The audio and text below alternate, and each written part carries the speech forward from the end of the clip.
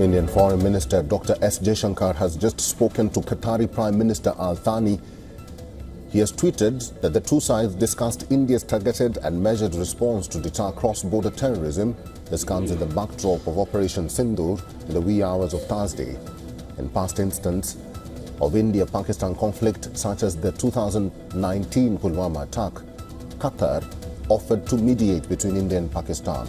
However, India has repeatedly stressed that issues have to be resolved bilaterally. The Emir has emphasized the importance of resolving conflicts through dialogue during conversations with Pakistani leadership.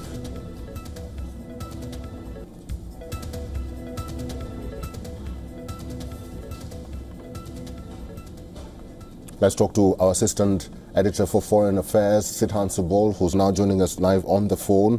Sidhant, actually, he's live. Sidhant, there's a clarion call from around the world, and that is for India and Pakistan to maintain restraint and to also have some sort of dialogue. What do you have to say about this call between the Prime Minister and the Foreign Minister of India?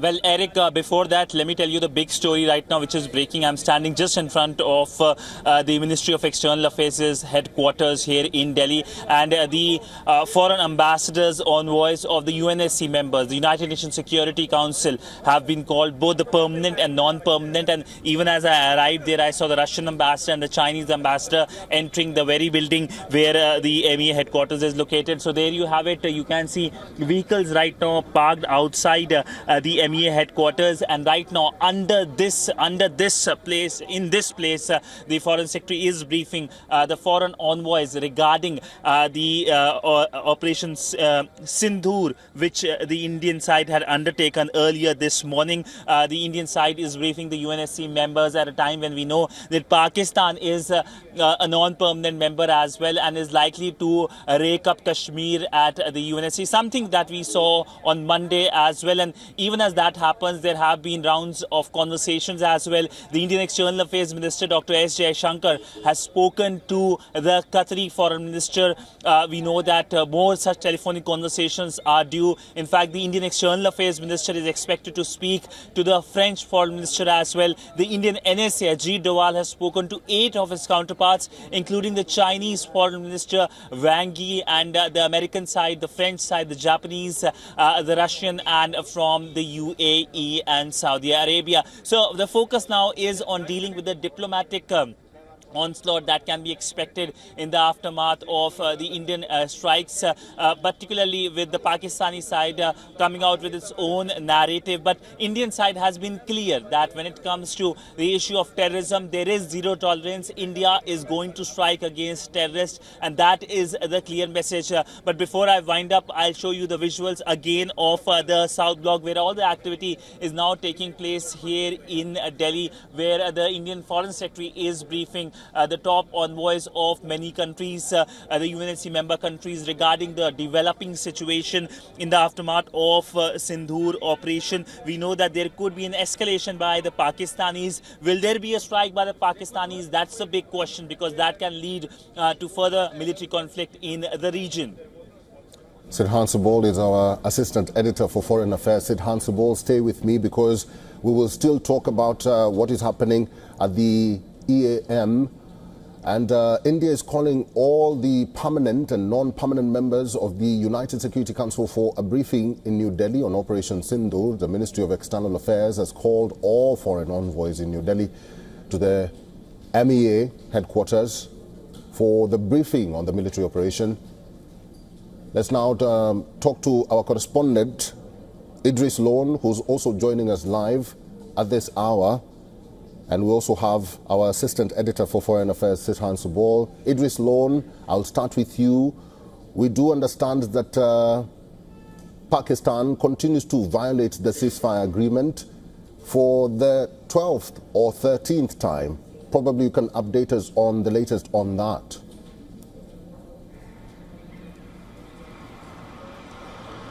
Well, absolutely, Eric. It's the 13th consecutive day that Pakistan has resorted to ceasefire violations across various places on the line of control as well as on the international border. We've seen the incursions there, basically Pakistan not only using the small arms but also using heavy artillery, not only attacking the Indian armed forces bunkers and posts but also the civilian population living very close to the line of control. We've seen the action of Pakistan Army on North Kashmir's border in Kupwara district, where many houses, multiple houses have been completely dismantled due to the heavy shelling from across the border. On the other hand, if we talk about the Poonch sector, we've seen around 10 people have died.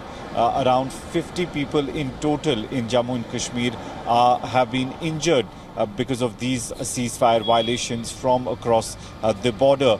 The Indian Army and the border security forces giving a befitting reply to these incursions. But let me tell you that Pakistan Army has resorted to not only attack the military installations but also the civilian population living close to the border. A lot of civilian population has been evacuated already from those places, and a lot of them are still moving out. While as we've seen last night that after the ceasefire violation started, some of the people were taken into the bunkers which are made very close to the line of control. So a line of control and international border very volatile at the moment. People asked the government has asked people to move to the safer places, while as the Indian armed forces are responding to the Pakistan Army's violations. All right, that is our special correspondent Idris Lone, who's reporting live in Srinagar, and we also have our Assistant Editor for Foreign Affairs, Sidhant Subol. Before I come to you, Sidhant, let me just update our viewers on what has happened of late. And Indian Foreign Minister Dr. S. Jaishankar has spoken to his Qatari counterpart and also Prime Minister Al Thani. He tweeted that the two sides discussed India's targeted and measured response to deter cross-border terrorism. And we also understand that the Foreign Minister of India is calling all the permanent and non-permanent members of the United Security Council for a briefing in New Delhi. Probably now you can talk to us about this briefing. Well, yes, the briefing is underway. Let me again show you the visuals of the briefing, which of course started a short while ago. In fact, let me show you the visuals of the MEA headquarters where the vehicles arrived of the UNSC member countries.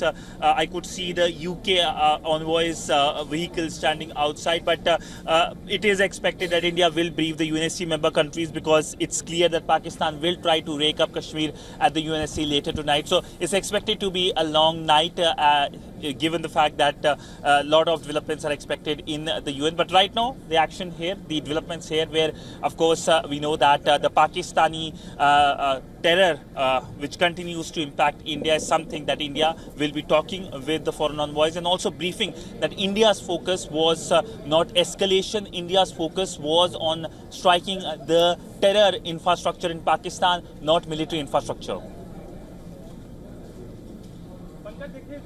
Sidhant, we've received a lot of responses from around the world. Some of them are urging restraint from both sides, that is Pakistan and also India. We've just spoken to our correspondent in Kashmir, and he says that Pakistan has continued to violate the ceasefire agreement for the 13th time. Who do you think would be better placed to have a conversation between Pakistan and India at this juncture? Sidhant. Absolutely no one. India has made it clear that whenever it comes to bilateral issues between India and Pakistan, they need to be resolved under the Shimla Pact. That is the official standpoint of India. Pakistan, of course, wants to rake up issues through United Nations Security Council resolution, but that is something that India does not agree to. And after the 1971 war, Shimla Agreement was signed. It was a commitment of Pakistan as well. So clearly no direct mediation will be allowed, while friends, of course, will be calling both sides in Islamabad and here in Delhi to make sure that the tensions do not escalate. All right, that is our assistant editor for Foreign Affairs, Sidhan Sibol, in New Delhi, and our special correspondent, Idris Lone, in Srinagar. Both of you, thank you.